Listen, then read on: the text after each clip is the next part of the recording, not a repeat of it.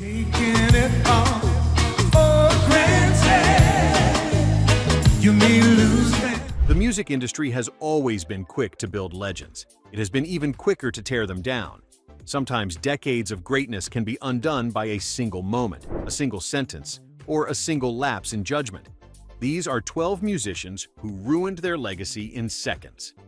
Number 12. Chuck Berry.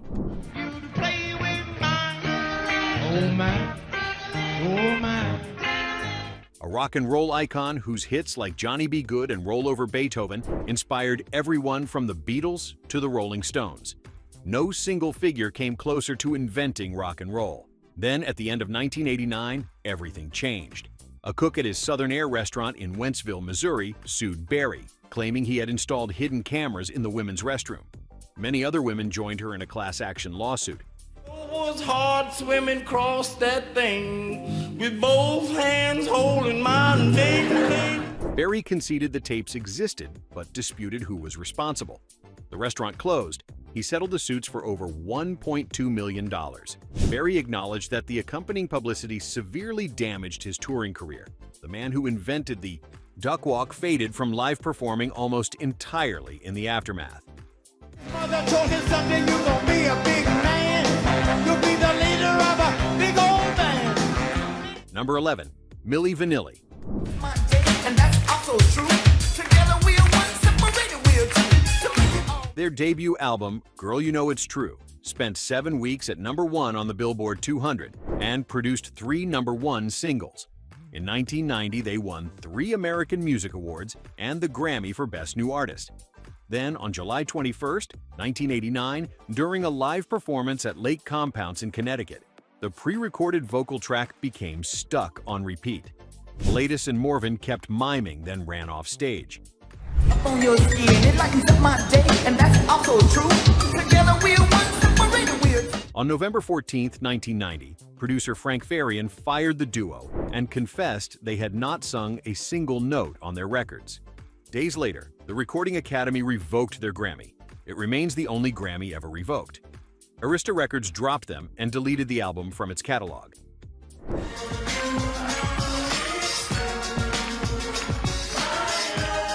Number 10. Eric Clapton.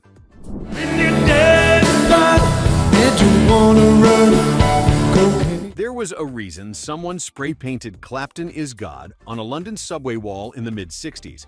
A 3-time Rock and Roll Hall of Fame inductee with 18 Grammy Awards, he played a vital role in bringing blues into mainstream culture. Don't you know my name?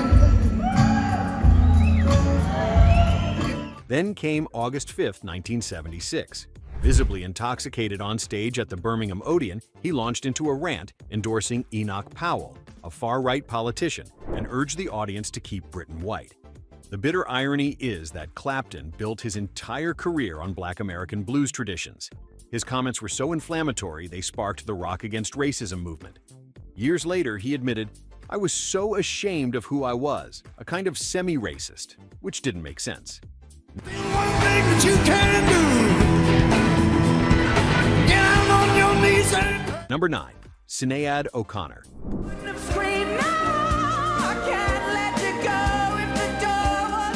Her 1990 album, I Do Not Want What I Haven't Got sold over 7 million copies worldwide. Its lead single, Nothing Compares to You, was named Top World Single at the Billboard Music Awards. Then, on October 3, 1992, she appeared on Saturday Night Live. While performing Bob Marley's War, she held up a photograph of Pope John Paul II, tore it to pieces, and said, "Fight the real enemy," directly into the camera.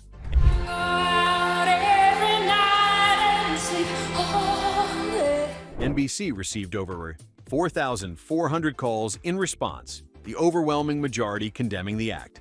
Joe Pesci said on air he would have given her such a smack. 2 weeks later, she was booed at Bob Dylan's 30th anniversary concert at Madison Square Garden.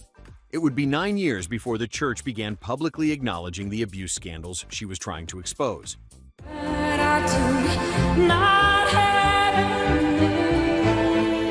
Before we continue, which of these first 4 entries shocked you the most? Were you already aware of all of these stories? Or did any of them catch you completely off guard? Drop a comment now and let us know where you're watching from. Number 8. The Dixie Chicks. That she Before 2003, they were untouchable. Wide Open Spaces had gone 13 times platinum. Lead singer Natalie Maines had joined founding sisters Marty McGuire and Emily Robison in building the best-selling female act in country music history. Then, on March 10, 2003, at a concert in London, Maines told the crowd they were ashamed the President of the United States was from Texas.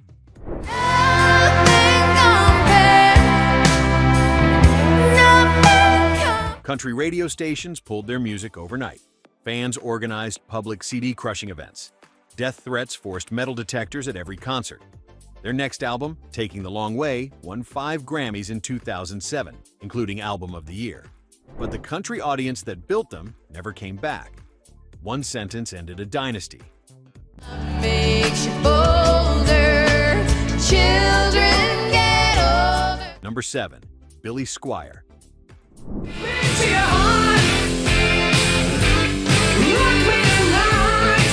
In the early 1980s, arena rock had a new king.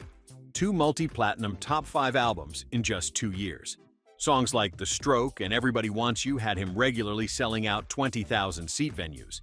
Then came the summer of 1984, and a single music video changed everything. The clip for Rock Me Tonight, directed by Kenny Ortega, featured Squire rolling around on pastel satin sheets in a pink tank top.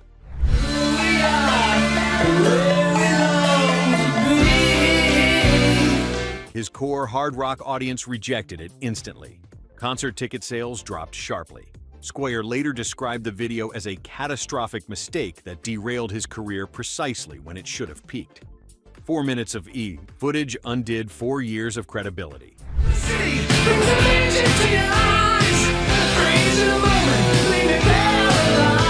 Number 6. Janet Jackson.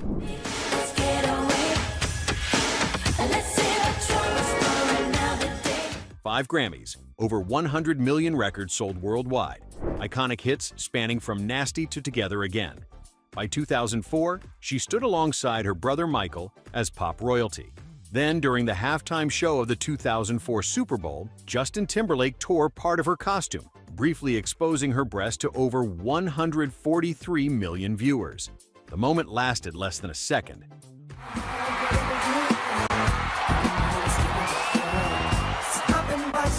Over 540,000 complaints flooded the FCC.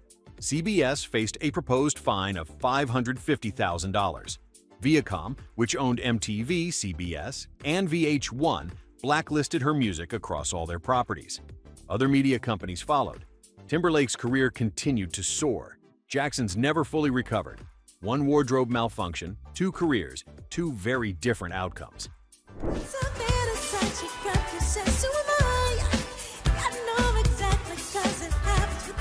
Which of these stories hit you hardest so far? Did any of them bring back memories of watching these moments unfold in real time? Tell us your thoughts and let us know where you're watching from today. Number 5. Ashley Simpson. When I hit that bottom crash, you're all I have. In a 2004 interview with Lucky Magazine, she declared she was totally against lip syncing and offended by it. Months later, on October 23, 2004, she took the stage on Saturday Night Live. Her first song went smoothly with the help of a backing track. But when she returned for her second performance, her drummer triggered the wrong track, and the vocals for Pieces of Me began playing again while she stood at the microphone not singing. When I hit that bottom crash, you're all I have. She performed an awkward little dance, then walked off stage. When she blamed severe acid reflux for the decision to use the track, the public turned on her even harder. Her subsequent albums significantly underperformed, and she never had another top 10 hit.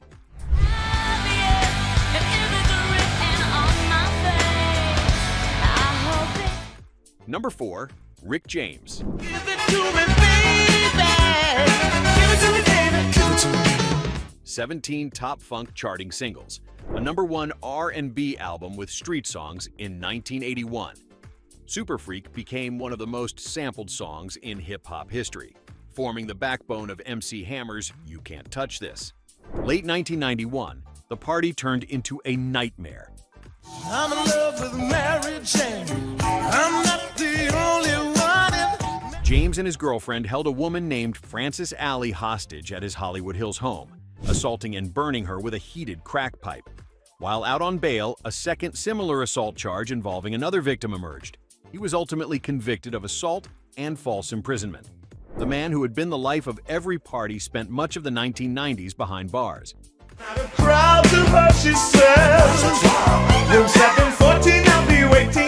Number 3. Boy George.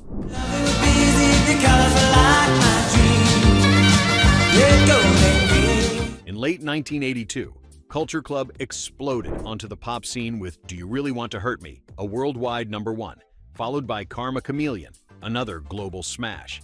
The band sold over 50 million records, and Boy George became one of the most recognizable faces of the MTV era. His flamboyant style challenged gender norms long before such visibility was common in mainstream pop. Then, decades later, the image shattered. You are from me, then take it away. In 2007, a male escort named Audun Carlson visited George's London flat. According to Carlson, George handcuffed him to a wall, fixture, and beat him. George was convicted of assault and false imprisonment. The conviction came in December 2008, with sentencing in January 2009, when he received 15 months in prison.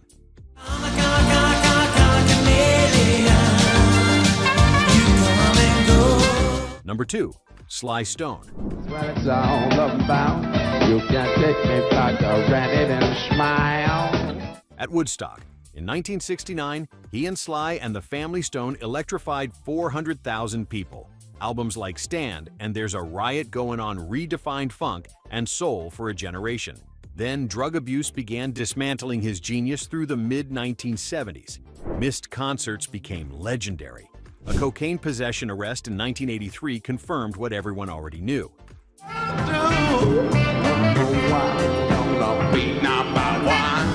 In 2010, he was invited to perform at Coachella. It was meant to be his comeback.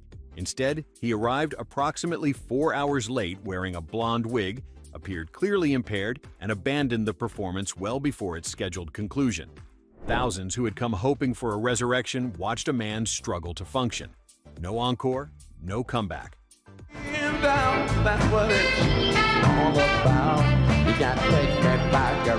Number 1. George Michael.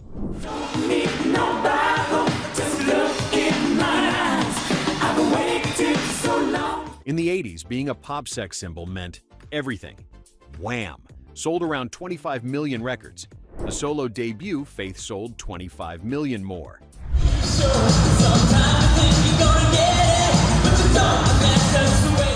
For a generation of fans, few stars burned brighter.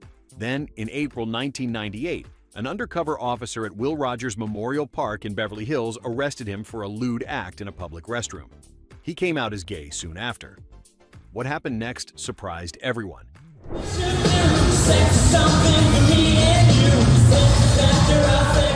The once reclusive star began embracing his identity publicly.